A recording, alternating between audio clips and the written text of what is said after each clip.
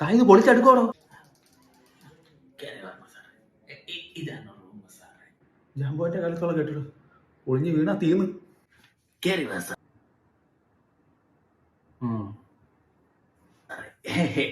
ഇതാണ് ഞാൻ പറഞ്ഞ റൂം.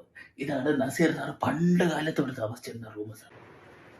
നസീർ താമസിച്ചിരുന്നു, പഴയ റൂമാണല്ലേ. ഈ റൂമാണ് സാറേ ഇത്. ഇതാണ് സാറേ അലമാര. ഇവിടെ സാറിൻ്റെ ബുക്ക് കാര്യങ്ങൾ എന്തോടെ വയ്ക്കാം സാറേ. പിന്നെ വേറെ ഇവിടെ കിടക്കാം സാറേ, മലനടിച്ച് കിടക്കാം. പിന്നെ AC ഉണ്ട്, പക്ഷെ അത് ഞാൻ ഇടാൻ സമയമില്ല, കാരണം സാർ നോൺ AC അടുത്തിരിക്കുന്നത്. AC ഇടാൻ പാടില്ല സാറേ. ഇത് ഞാൻ കൊണ്ടുപോകും സാറേ. ഞാൻ ഇതിനകത്ത് ഇട്ട് കിടന്നല്ല, എന്നെ പറ്റിക്കാൻ പറ്റില്ല സാറേ. ഞാൻ റിമോട്ട് എടുത്തോണ്ട് പോവാണ. സന്തോഷം. എങ്ങനെ ഇട്ടാലേ. ഈ ലോഡ്ജിന്റെ പേര് കൊള്ളാലോ, കളങ്കാവൽ. അതെന്താ ഇതിന് അങ്ങനെ ഒരു പേരിട്ടിക്കാൻ കഴിയും?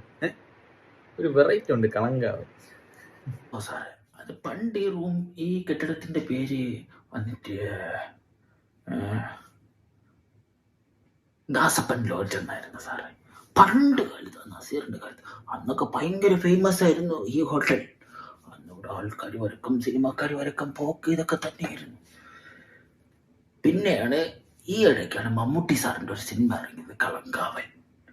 അതിനുശേഷം ഈ ഹോട്ടലിന്റെ പേര് കളങ്കാവൽ ലോഡ്ജ് എന്നാക്കി സാറേ. കാര്യം എന്തെന്ന് പറഞ്ഞാൽ അതില്ല മെയിൻ കേസില്ല സാറേ. അതിവിടെ വെച്ചാ സാറേ നടന്നത്. ഇവിടെ വെച്ചാ നടന്നത്? ഈ റൂമിൽ വെച്ചാ. ഇവിടെ പല സംഭവങ്ങളൊക്കെ നടന്നു, ഭയങ്കര ഫണ്ണായി. എനിക്ക് വലിയ ഫണ്ണായിട്ട് തോന്നുന്നില്ലെങ്കിലും ഈ റൂമിൽ വെച്ച് ഒന്നൊക്കെ സാറ് വരുന്നു, ഷൂട്ട് എടുത്തുനിന്ന് പോകുന്നു. ആ സമയത്ത് എടുത്ത ഷൂട്ടിംഗ് പോലും ഇവിടെ വെച്ചാ സാറേ. എന്തൊക്കെ ജോലിയായിരുന്നെന്നറിയാമോ?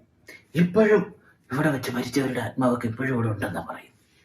സാറിന് സമാധാനമില്ലേ? ആത്മാക്കളല്ലേ, സാറിന് സമാധാനം കിട്ടും. എല്ലാവരും ഒത്തൊരുമിച്ച് ഇവിടെ നിൽക്കാം. സാറിന് ഒരു പേടിയും വേണ്ട, സമാധാനം മാത്രമേ ഇവിടെ ഉള്ളൂ. സാറിന് വേറെ എന്തെങ്കിലും ആവശ്യമുണ്ടോ? കുടിക്കാനോ മറ്റോ? ബട്ടിപ്പേർ ബട്ടിപ്പേറൊന്നും എനിക്ക് വേണ്ട. വേണ്ടല്ലോ, ആവശ്യമുണ്ടെങ്കിൽ വിളിക്കണമേ. കുറ്റിയിട്ട് കിടന്നു. നാളെ രാവിലെ കാണാം സാറ്.